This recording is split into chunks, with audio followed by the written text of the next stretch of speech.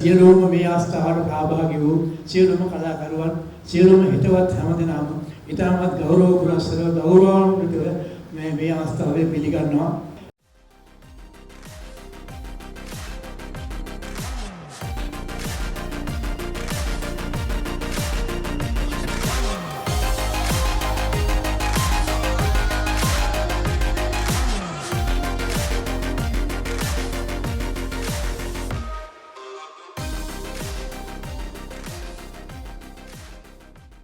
නැවත වරක් මේ ගුණදාස රණසිංහ මහත්මයාට කියන්නේ මේ අපේකම එක් කරගෙන මේ වගේ පොතක් නිර්මාණය කිරීම ඉතාම වැදගත්.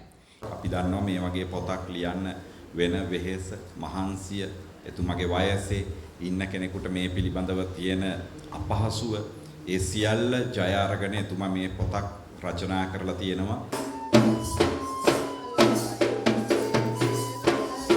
ඒ රයිගම් කෝරළ ලේඛක පරපුරේ ඉතාමත්ම දැවැන්ත සමාජිකත්වයක් හොබවන ගුණදාස රණසිංහ මහත්මයාගේ පස්වන කෘතිය අද විශ්ව සාහිත්‍යයට එකතු වෙන කෘතියක් නිර්මාණය කරන්නට තරම් ඉහළටම ගමන් කරන්නට අවස්ථාව ලබාගත් එක ගැන ගුණේ හරිම සන්තෝෂයි මට.